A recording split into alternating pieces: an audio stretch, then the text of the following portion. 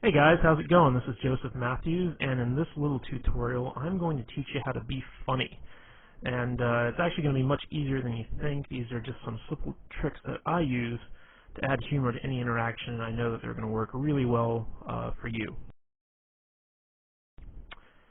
Alright, so the first thing I want to talk about is how serious humor really is. You know, if you can't be funny when you're talking to someone, you really can't be all that interesting. The fact of the matter is, the funnier you are, the more fun you're going to be, and the more people will want to hang out with you. So, you know, you need to be as funny as you possibly can in order to attract the most attention. But the thing is that you don't have to be funny all the time. You know, you just need to be funny when it's appropriate. And some well-placed laughter will bond a lot of good feelings to you from, you know, the people that you want to basically impress. So the first thing I want to talk about is how humor is really a sign of intelligence. You see, only smart people really know how to be funny on purpose, okay? And when you make people laugh, they subconsciously associate your ability to be humorous with a high intelligence. And this puts you in a position of authority. And this is really important because, you know, if people hold you in high regard, that gives you a higher social status. And we all know women are attracted to people with a high social status. It's in their nature. So the funnier you are, the higher you can raise your social standing in pretty much any situation you find yourself in. Hey guys, and here's another key that I really want to hammer home, and that's the idea that you don't have to be funny to be humorous. Don't worry about trying to be funny, okay? It really doesn't matter. A lot of what you say to be funny will not work, and the reason for that is that everyone has a different sense of humor, okay? Just being goofy and lighthearted will generate the same type of emotions that funny people do, even if you don't make people laugh, okay? The idea here is that you want to project the intent of being funny, so that kind of takes the pressure off in the sense that, you know, you don't have to actually perform, you don't actually have to make people laugh, you don't actually have to tell them good jokes.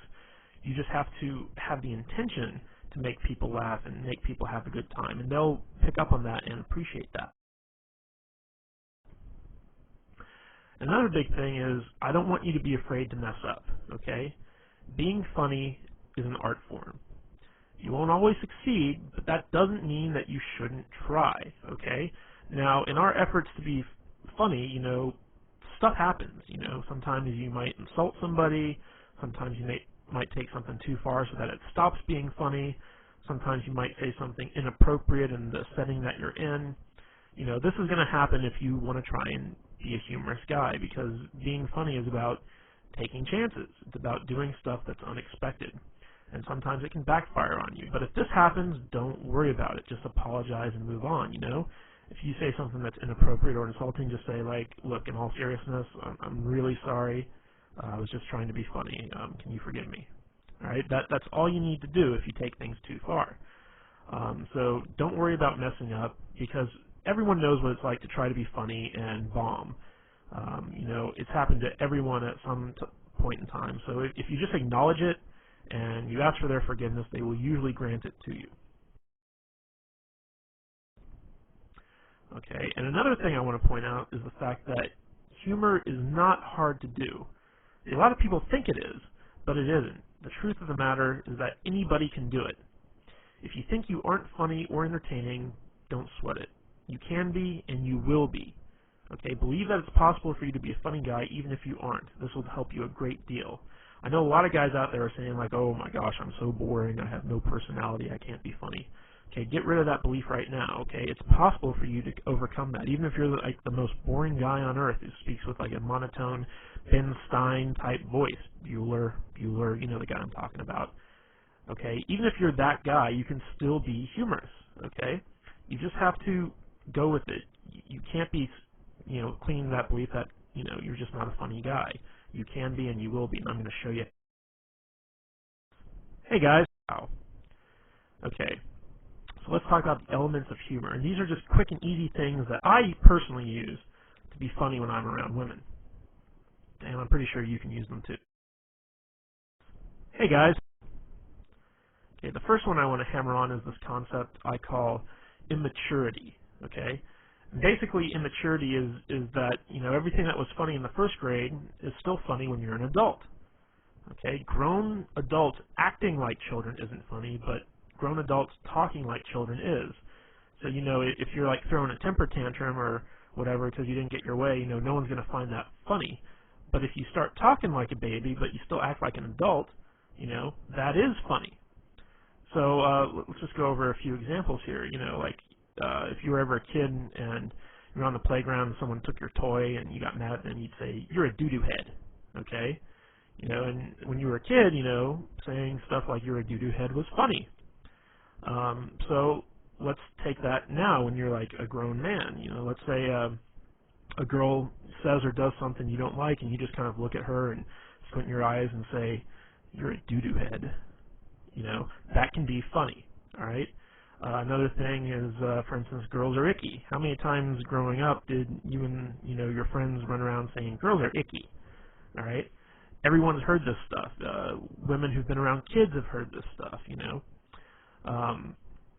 So, like let's say a woman comes to you and says like, "Hey, I've got a friend I really want to hook you up with." You can just tell her, "Ooh, girls are icky," or something like that. It really doesn't matter. You're just taking stuff that sounds immature and you're applying it to your grown-up adult persona. Another thing is you got cooties. Okay, that's a big kind of thing that immature kids run around talking about.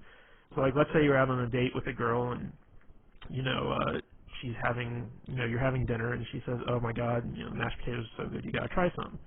And she holds out her fork for you to like try a little bit of potatoes, and you just say, "Ooh, no, you got cooties." Stuff like that. Like it might not get like a big belly laugh. Sometimes it can be if it's unexpected, but most of the time, it's something that's like kind of fun and immature and humorous. So, again, we're creating these feelings that you're going to be a playful type guy when you act I shouldn't say when you talk immature. All right, the next concept I have, I couldn't think of a really good way to kind of encapsulate this with a word, so I call it going plaid. And this is really a lame Spaceballs reference. If you've ever seen the movie Spaceballs, they have light speed, they have hyperspeed, and then they have plaid.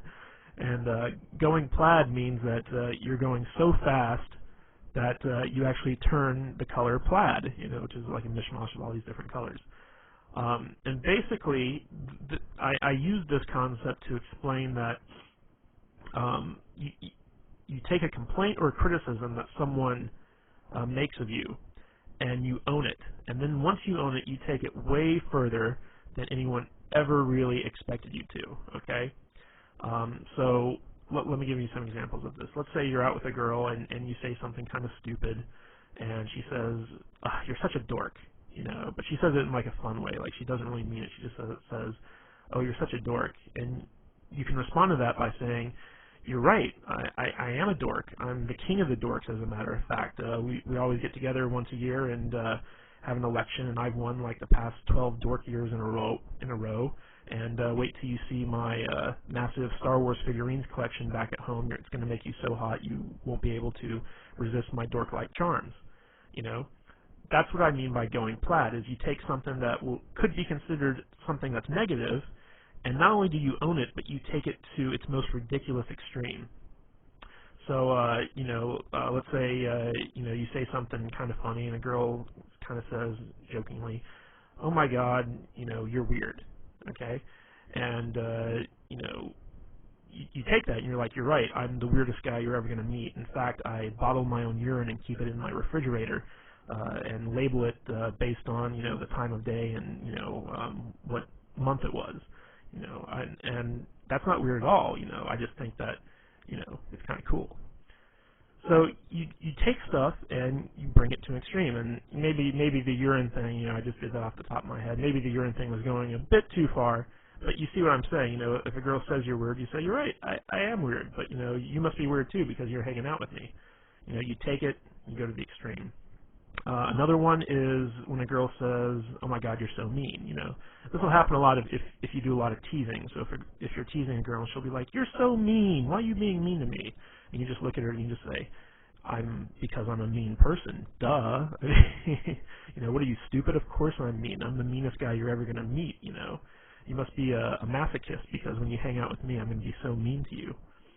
So that's what you got to do when you go Plaid, is you got to own the stuff that people say about you, and you got to take it as far as you possibly can.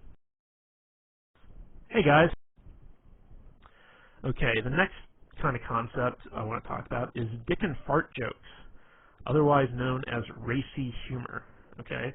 Now, a lot of guys kind of shy away from this stuff, but you can't be afraid to joke about inappropriate stuff with women. Okay? Sometimes guys are afraid that it might be too sexual and it might scare the girl off or whatever, but the fact of the matter is, girls love dirty jokes as much as guys. And, you know, in the off chance that they don't, if it is inappropriate or it's not their type of humor, you know, once you find that out, shy away from it. Don't do it again. But, you know, you should always not be afraid to kind of go out and give it a try. So some of the things I like to kind of lump in with the whole dick and fart joke mentality is exaggerating what women, you know, find attractive. Okay? So, like, let's say that women like tall guys. Okay, I'm not saying all women like tall guys, but let's say you meet a woman who does like tall guys, and you're like, oh my God, you know, you're so into tall guys, like, you know, you like the 8-foot giant people, you know, everyone's a you know, a midget to you because you only like guys who are like 10 feet tall. You know, that's what you can do, and you can point out like really tall guys and be like, you see that guy right there over there? Yeah, he's not tall enough for you. Okay, he could be like, you know, a basketball player 8 feet tall. You'd be like, no, he's not tall enough for you. You know, you like taller guys. You like taller guys than that. You know, so take some stuff that women like and exaggerate it. Accuse them of being sexual deviants. This always works really, really well. I don't know why, but you know, when you look at a girl and you know, you start accusing her of being into like some crazy stuff, one of two things will either happen. She'll either completely deny it, in which case you take it further, or she'll play along with it, in which case you take it further. Okay, so let me think of an example of this. Just be like, you know, you could look at her and be like, oh my God, look at you. You know, like, I bet you're like the type of girl who loves to be like tied up and spanked. You know, like that totally seems like your personality. Like you're the spanking girl. You just love to spank people. You know, or, you know, you could also take it, be like, oh my God, like, you're such a dominatrix in training. Like, I bet you have like a bunch of whips and chains at home, and you can't wait to get me home and violate me in all sorts of different weird ways. You know, like, you're scaring me. Like, I really don't want to hang out with you right now. Okay, like, that's the type of stuff that I mean when you talk about accusing them of being sexual deviant. Another thing is talk about how they want to rape you or take advantage of you. Now, this is a little bit of a role reversal thing because, you know, big fear that women have when they're dating guys is that they're going to be raped or they're going to be taken advantage of in some way.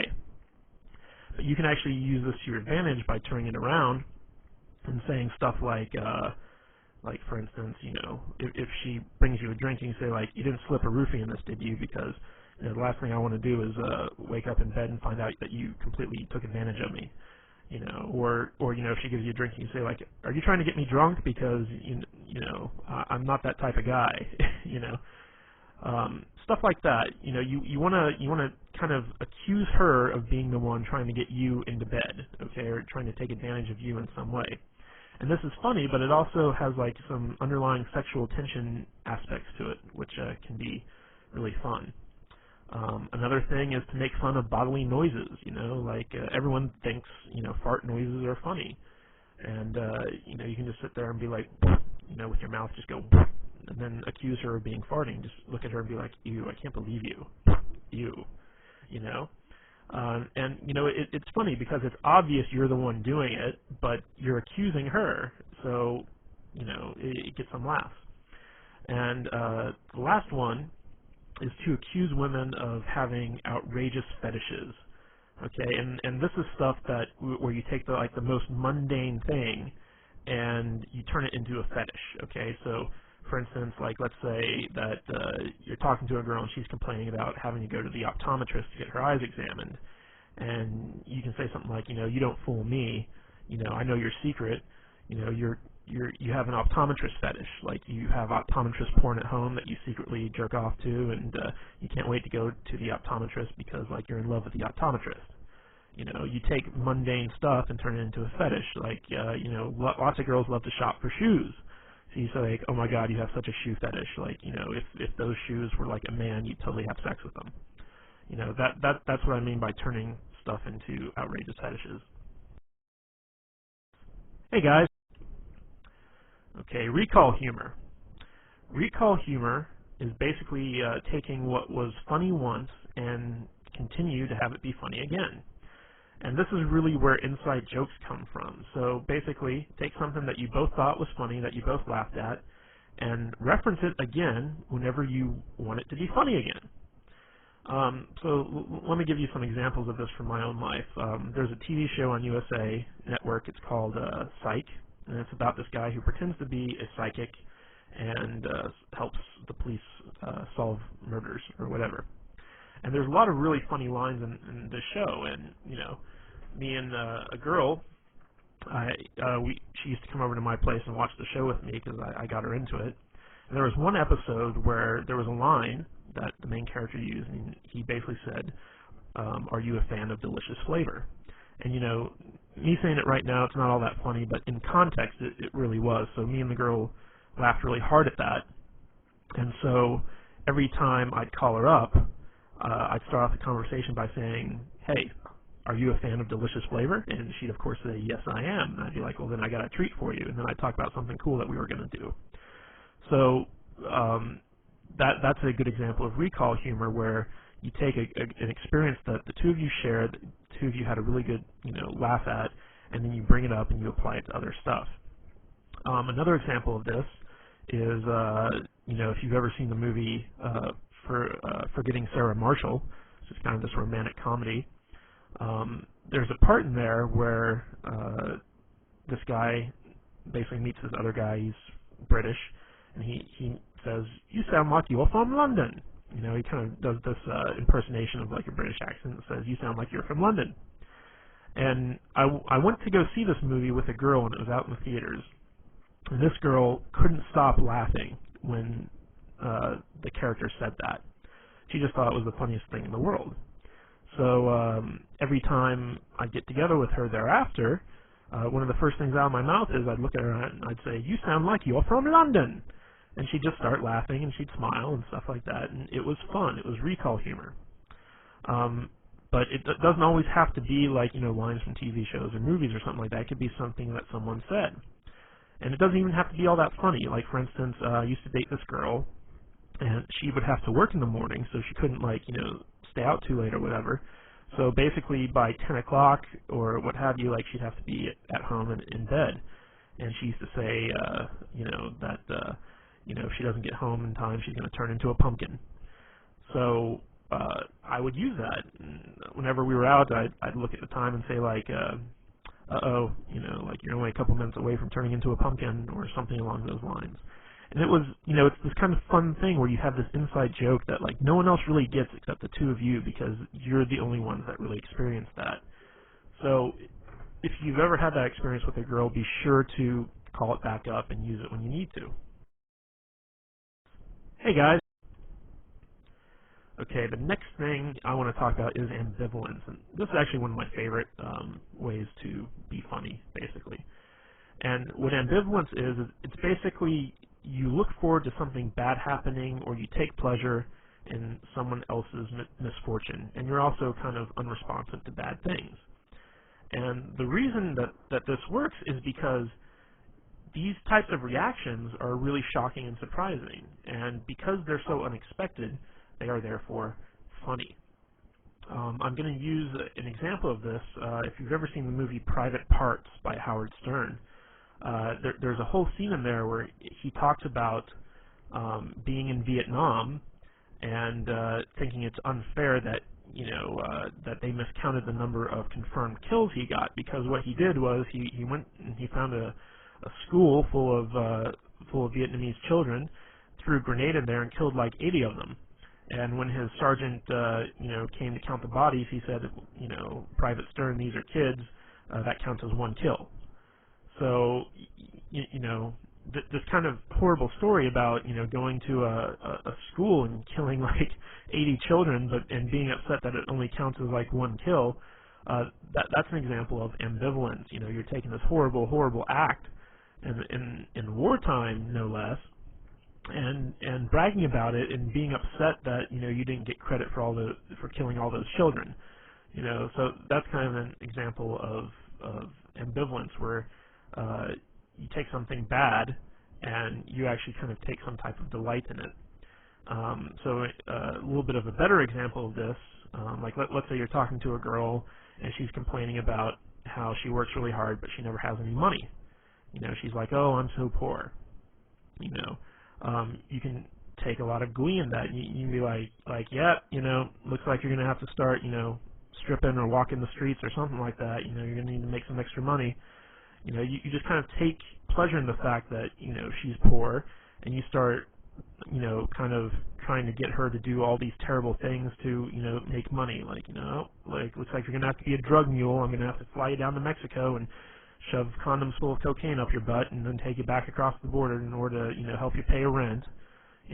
I mean that's a good example of ambivalence. Another thing is basically being unresponsive to bad stuff. Like, for instance, the whole global warming thing. Like, people are all about global warming. We gotta save the planet. We gotta do this. We gotta do that. And you could be like, screw global warming. I'm cold now. Like I want it to be hot. I want the world to be warmer because it's freaking cold out, and I don't like the cold.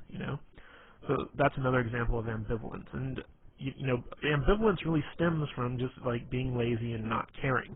Okay, that's how this humor works. Is everything that someone says to you, you can just be like, whatever, and it's funny. All right, here's another thing I call gayness. Now, I'm not saying that gay people are bad or whatever, but you got to admit that gay people are funny. Gay men. Masculine men doing feminine things is always good for a laugh.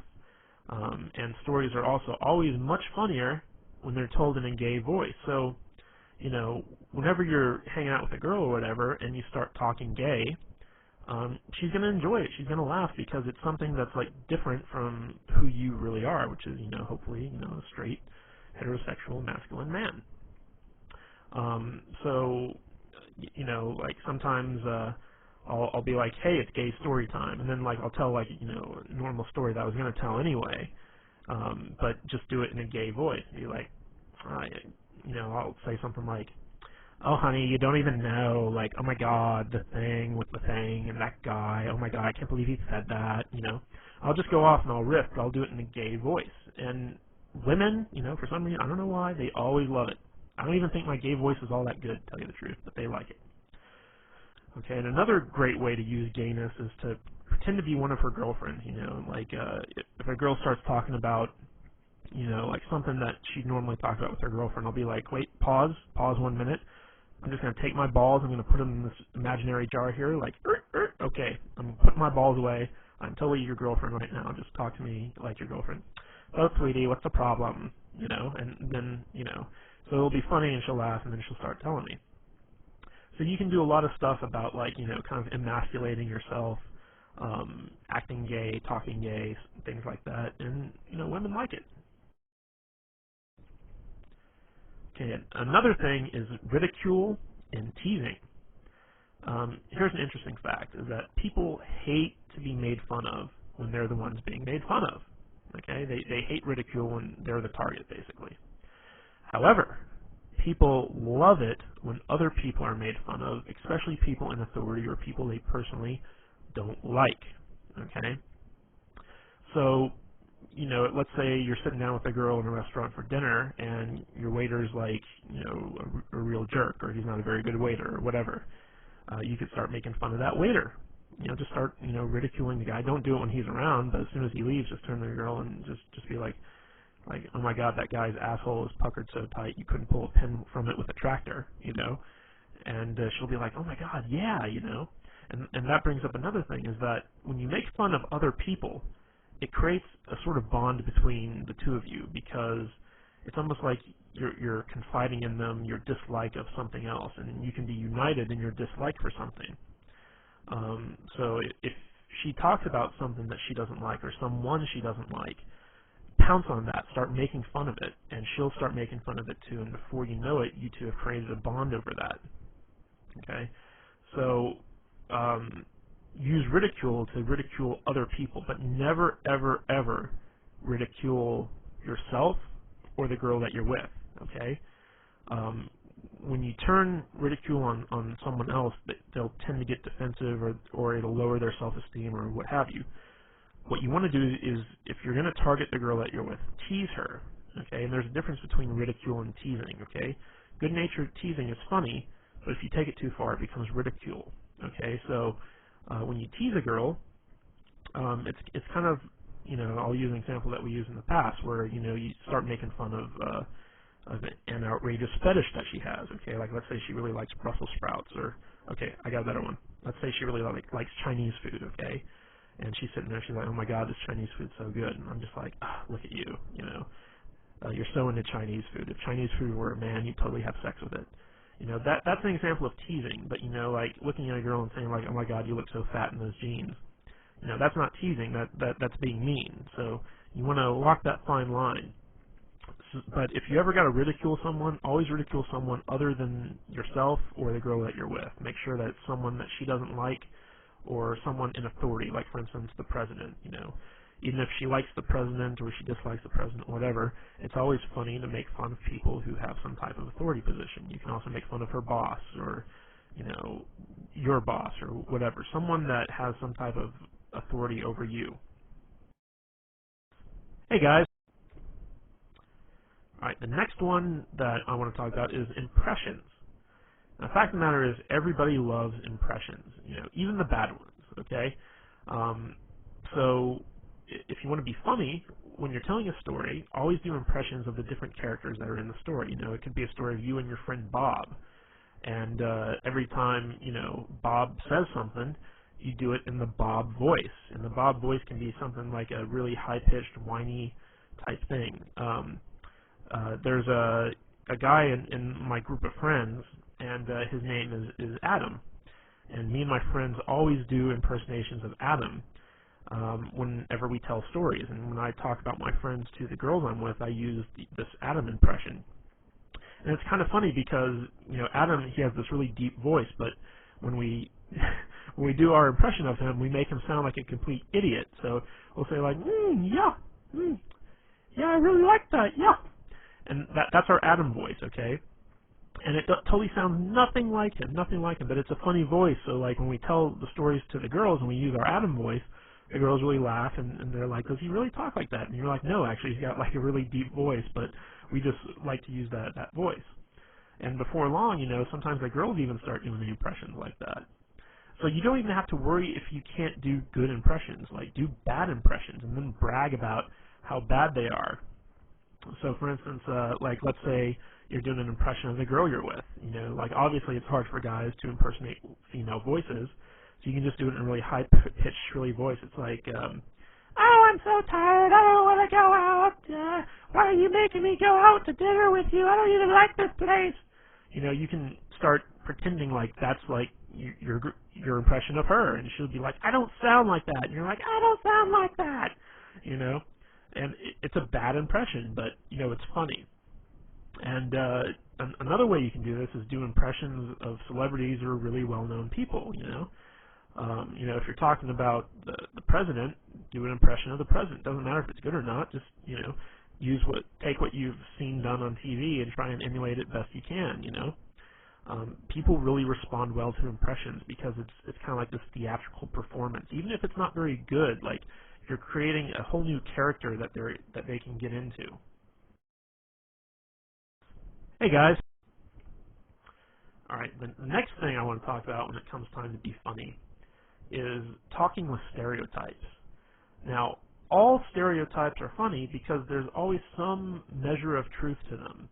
Even if they're completely offensive and out of left field, they're still funny. So, for instance, if you're like an uptight white guy like myself, throw in some ghetto speak. When I meet up with a girl, like if I call her up on the phone, one of the first things out of my mouth is sometimes, hey, what's the dealio? I don't really talk like that. I don't say like, what's the dealio? Like, it doesn't sound right coming out of my mouth. But, you know, when I'm calling up a girl and I want to be funny and playful, I use, like, what I like to call ghetto speak, which, you know, like ebonics and, you know, stuff like that. It's like, call her up, hey, shorty, what's happening? You know, I mean, like, really, you know, dumb stuff like that when it comes to me saying it. Now, on the flip side of that, if you're a ghetto black guy, talk like an uptight white guy, you know? Dave Chappelle does this really well, where he has this very white voice that he uses sometimes. And that's funny, you know, because you're kind of playing into this stereotype that white guys have like this very proper diction and, you know, they're very uptight. If you're an Asian guy and you want to talk like Hong Kong Phooey, you know, with like the Asian voice, you know, go for it, because Asian guys can pull that off. Even though it's like very offensive and stereotypical, it's funny. If you're an Indian, talk like Habib, you know, like the guy from The Simpsons. Like, thank you, come again, you know, that type of thing. You can get away with it because you're Indian, you know. If you know, other people were doing it, it might be offensive, but you got to take stereotypes and instead of being offended by them, use them to your advantage.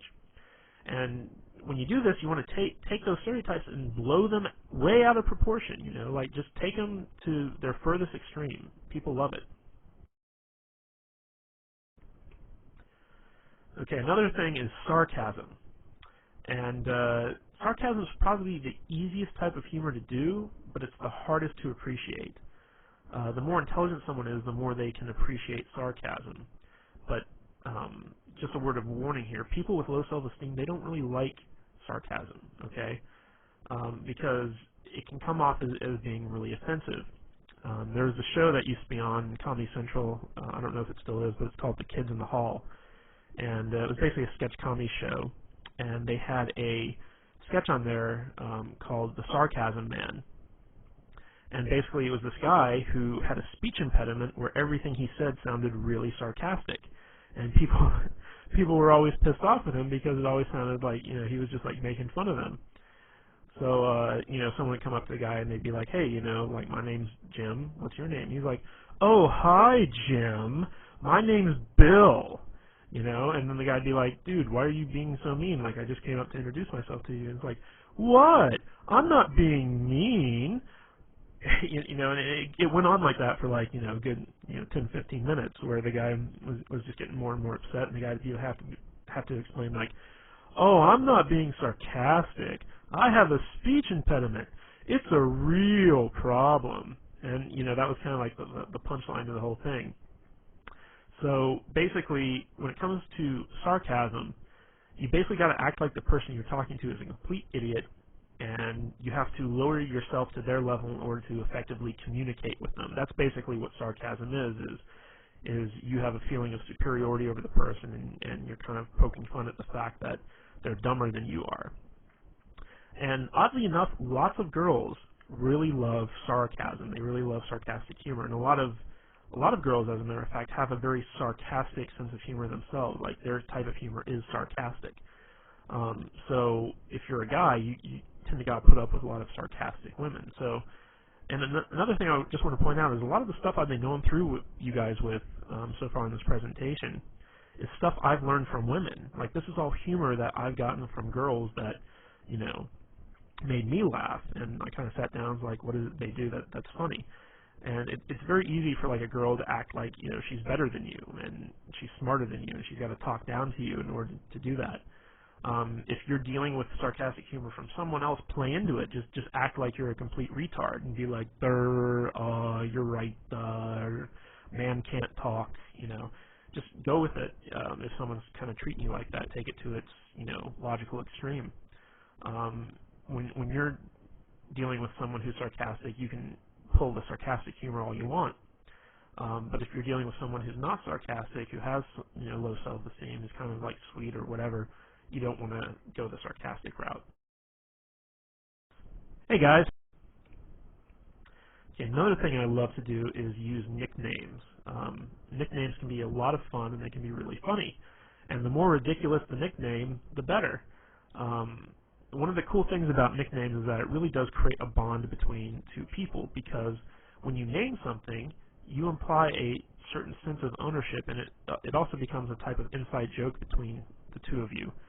A good example of this is one time I started dating this girl. Her name was Katie, and her email address was something like Goofy Kate, 123 or something like that. And when I got emails from her, it was always, from this Goofy Kate email address, so I just started calling her Goofy Kate, and eventually that got shortened to Goofy. And every time I'd see her, I'd be like, hey, what's up, Goofy? And, she'd laugh and, whatever, but to me and her, it was, she was Goofy. That was her name. There was another girl I met where I used to call her Fuzzy Bunny. I don't even remember why. I just called her like Fuzzy Bunny for no real good reason, but that name kind of stuck. She was my little Fuzzy Bunny. And as long as like you're not calling women like really offensive names, like bitch, slut, hoe. Even though I have had girls who I nicknamed that never to their face, but whatever. You kind of have this kind of endearing inside joke. And whenever you're in a relationship with someone, eventually nicknames like kind of pop up. So it's always good to kind of like be the first one to go out there and do that and start referring to them in that sense. Hey guys. All right, bad jokes. Good jokes are hard, bad jokes are easy. That's just the long and short of it right there. So if you're going to tell jokes, don't even try to tell good jokes. Just use bad jokes because they're easy. You can go online and find like a billion bad jokes. Word of wisdom though, the shorter the jokes are, the better. Okay, and remember our little talk on immaturity a little bit earlier. First grade humor is always funny, and so if use bad jokes that would make like a kindergartner laugh. Now it might not get you an actual laugh from the girl, but it doesn't matter because it's a playful thing. It's fun, and you can also turn it into a game. So for instance, you just look at her like if there's a lull in the conversation or whatever, you could just say, hey, why'd the monkey fall out of the tree? And she'd be like, I don't know. And you're like, because it's dead, duh. I mean, that's a bad joke, but it's just something funny. And then you can be like, okay, your turn, tell me a joke. And then she tells you a joke, and it can be a good joke or a bad joke or whatever. And then like the idea is like, in the game, who can tell the worst joke. And another thing I like to lump into the bad joke category are bad pickup lines, because once you get to know a girl, like once you're past the point of meeting her and you're actually dating and stuff like that, bad pickup lines actually work. Surprisingly enough, they do. Like, you could meet up with a girl to go see a movie, for instance. Let's say you two of you get together, and you're like, damn, girl, did you wash your pants in Windex? Because I can see myself in them. I mean, like, that's a really bad pickup line. It would never work. But if you already know the girl and you use that, she's going to, think it's funny. She's going to let it go. Like, I do this all the time. I take every bad pickup line I can possibly think of, and I use it whenever I, meet up with a girl I know. And it's really fun. It's really funny. Hey, guys. All right. Another favorite tactic of mine is to steal stuff that's already funny. It's hard to think of funny stuff on your own, but there's tons of stuff out there that's already humorous and will guaranteed to make people laugh. So think of great jokes that you've heard from comedians and well-known celebrities and use them. Talk about them for your own gain. Tell the joke in a story as if you're impersonating the comedian. I don't know if you've ever seen people like Chris Rock in stand-up, but these guys are really, really funny. And you can even say to a girl, it's like, hey, you ever watch Chris Rock? And she's like, oh, I love Chris Rock. And you can say like, oh my God, I saw his stand-up one time, and he has the story about, like the only goal of a guy who has a daughter is to keep her off the stripper pole. And then you can actually go into the exact same routine that Chris Rock uses in his stand-up and just like repeat it word for word, and it's still funny. Like, women get it. Like there's this whole other Chris Rock thing about having the dick in the jar. Like how every woman has like a guy friend who, in case she breaks up with her current boyfriend, she goes to him and just uses him for the rebound, and he calls that the dick in the jar. Break in case of emergency.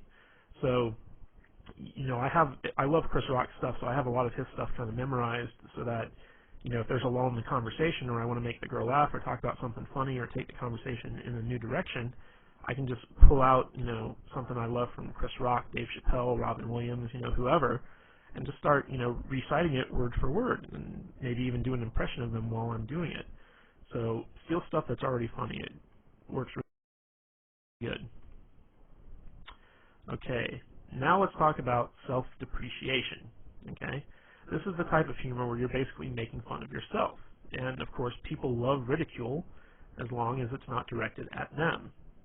Now, self-depreciation humor actually does a lot of good things on your behalf, because if you're able to be self-depreciating, it shows that you're cool, because you can poke fun at yourself and not get upset. And women really like it when a guy has the ability to kind of make fun of himself, because it shows that he's not pompous, that he doesn't have hubris, and that he's confident enough to kind of take a licking and not kind of get angry or upset. Because whenever someone gets made fun of and they get upset about it, it shows that there's some type of problem with their self-esteem. So people with low self-esteem can't tolerate being made fun of. So if you can tolerate being made fun of, and in fact you make fun of yourself, that shows that you have some measure of confidence and that you're a cool guy. Now, on the flip side of this, it's also a great defense mechanism. So, like, let's say someone criticizes you, or whatever. Let's say you're out on a date and you have a run-in with some dude, and he starts making fun of you or criticizing you in some respect. What you can do is you can agree with whoever it is that's criticizing you, and then take it to a ridiculous extreme. This is really important, because this is where the humor comes in, but it's also a good way to deflect whatever criticism someone is heaping on you. So let's say you run into some guy and he wants your chick or whatever, and he's like, dude, you're a freaking loser.